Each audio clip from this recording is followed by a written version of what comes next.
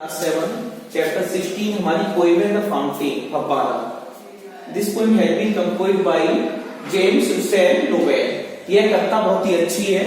फव्वारे के बारे में कवि ने वर्णन किया है। In this poem the poet describe the qualities of the fountain. इस कविता में कवि ने फव्वारे की विशेषताओं का वर्णन किया है कि फव्वारा निरंतर दिन रात चलता रहता है। पोएट जेम्स रुसेल नोवेल, इस कविता के रचयिता हैं कवि जेम्स रुसेल नोवेल। कविता पढ़ाने से पहले पोएट के बारे में थोड़ा डिस्क्रिप्शन, ब्रीफ डिस्क्रिप्शन देखो, थोड़ा सा डिस्क्रिप्शन देखो। James Russell novel was born. James Russell novel हमारा पोएट था, उसका जन्म हुआ था इन 1919 में पैदा हुआ। एट कैम्ब्रिज, कैम्ब्रिज में। He was a good poet, एक अच्छा कवि था ये। ही डाइड इन 1891 और ये 1891 में इसका देहांत हो गया। इसने बहुत ही अच्छी ब्यूटीफुल पोएम लिखी है, इंस्पायरिंग पोएम है द फाउंटेन। अब इसमें देखो फाउंटेन में क्या बता रही है। ये पोएम का हमारा पहला भाग है, पार्ट 1। पार्ट 1 में हम आपको समझाएंगे कवि क्या कहना चाह रहा है इस पोएम के through. What does the poet say about this poem?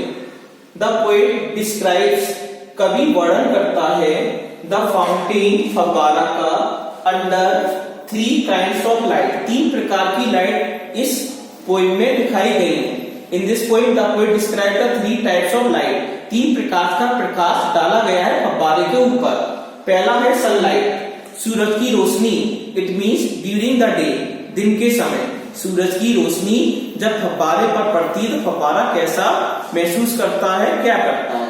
Second moonlight, it means at night, रात के समय जब चांद निकलता है, अपनी चांदनी फैलाता है, तब फव्वारे की कंडीशन क्या होती है, क्या विशेषता होती है उस समय। And sunlight, moonlight and starlight, दो का वर्णन रात की समय हो रहा है। In this poem the poet describes the first condition in the morning, पहली कंडीशन वो प्रातः काल की बताता है जब सूरज निकल रहा होता है। When the sun is about to rise, जब सूरज निकलने वाला होता है। और जो हमारी सेकेंड कंडीशन है हमारी मूनलाइट स्टारलाइट, ये रात का वर्णन कर रहा है। The poet describes at night, रात का वर्णन करता है। और क्या किसके बारे में बताता, मूनलाइट, मूनलाइट चांदनी के बारे में बताता, चांद से चांदनी निकल रही है उसके बारे में एक्सप्लेन करता है। और स्टारलाइट, और आखिरी में तारे, you can see the stars at night, रात में हम तारे देख सकते हैं, टिमटिमाते टिंकलिंग करते हैं। तो ये रात का वर्णन है। रात के वर्णन में फव्वारा किस प्रकार अपनी क्वालिटी को बताता है। द पोएट विशेष, फिर क्या होता है, कवि इच्छा करता है। The poet wishes to be fresh, ताजा होने के लिए, चेंजफुल होने के लिए, कांस्टेंट निरंतर काम करने के लिए, एंड अपवार्ड और ऊपर की ओर जाने के लिए। लाइक द फाउंटेन, वह फाउंटेन की तरह, वह फव्वारे की तरह ये सारी क्रियाएं करना चाहता है। अब आ जाओ पोएम पर, पेज नंबर 100। इसमें 4 लाइन देखो, कवि क्या लिख रहा है 4 लाइन में देखो। Into the sunshine full of the light, leaping and flashing from morn till night. अब यहां पर ये देखो इनटू द सनशाइन। अब पहली लाइन में कवि ने सुबह का वर्णन किया है। In the first line of this poem, in the first line of this poem, the poet describes in the morning, कवि प्रातः काल का पहली पंक्ति में वर्णन कर रहा है। इसमें सनशाइन, इसका मतलब सूरज निकल रहा है। The sun is shining in the sky, सूरज निकल रहा है या निकलने वाला है। The sun is about to rise, या निकलने वाला है। कवि क्या कहना चाह रहा है पहली लाइन में देखो, into the sunshine, सूरज की रोशनी में, फुल ऑफ द लाइट मतलब प्रकाश से भरा हुआ, फुल ऑफ द लाइट प्रकाश से भरा हुआ। इसका मतलब है जब सूरज निकल रहा है तब सूरज की किरणें हमारी पृथ्वी पर आ रही हैं, अंधकार दूर हो रहा है, सारी पृथ्वी हमारी प्रकाश से भर गई है। कवि ये कहना चाह रहा है इनटू द सनशाइन, सूरज की रोशनी में, फुल ऑफ द लाइट प्रकाश से भरा हुआ।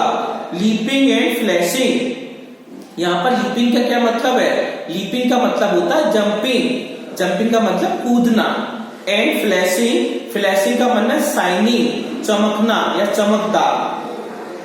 From morn till night, from morn till night, इसका मतलब मॉर्न का मतलब है मॉर्निंग और नाइट का मतलब है रात। सुबह से लेकर रात तक फव्वारा है वो उछलता रहता है, चमकता रहता है और प्रकाश से भरा हुआ है प्रातःकाल सूरज की रोशनी में।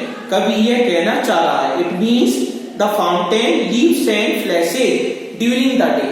इसका मतलब है फव्वारा है, लीव्स एंड फ्लैशेज, लीव्स उछलता है एंड फ्लैशेज और चमकता है। कब चमकता है? ड्यूरिंग द डे, दिन के समय।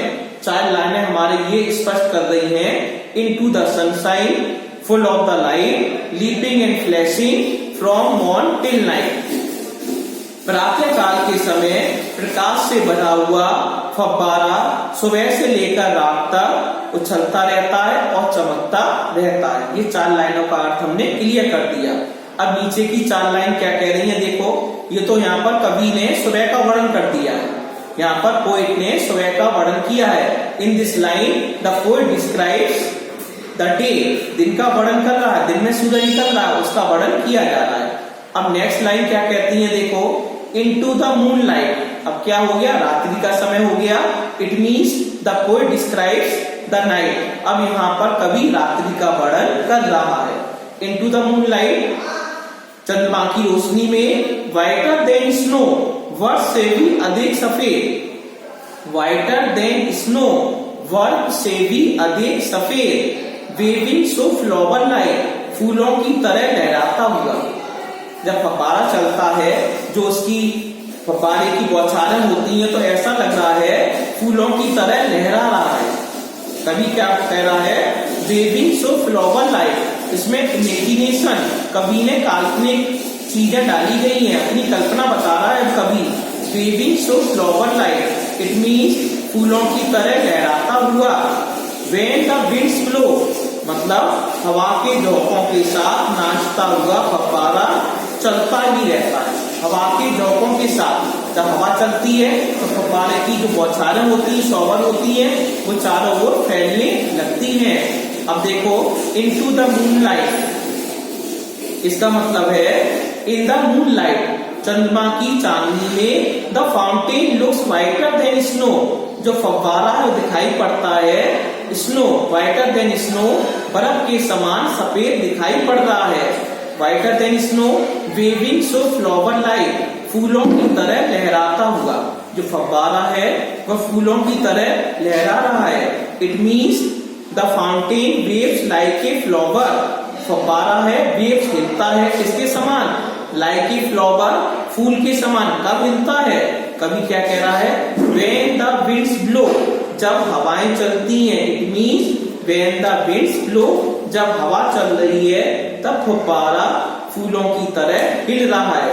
अब इस लाइन में कवि ने इमेजिनेशन, अपनी कल्पना को डाला गया है, काल्पनिक चीजों को दिखा रहा है, तुलना कर रहा है, इसलिए यहाँ पर उपमा अलंकार कवि कह रहा है कि इस लाइन में उपमा अलंकार हो रहा है। Waving so flower like when the winds blow. ये तो कवि ने यहाँ पर मून लाइट का वर्णन कर दिया। पहले सेंटेंस में कवि ने सनशाइन का वर्णन किया है, इसका मतलब प्रातः काल का वर्णन हुआ है। और दूसरे सेंटेंस में मून लाइट, चंद्रमा की रोशनी का वर्णन किया है, चांदनी का वर्णन किया है, इसका मतलब रात्रि का वर्णन दिखा रहा है।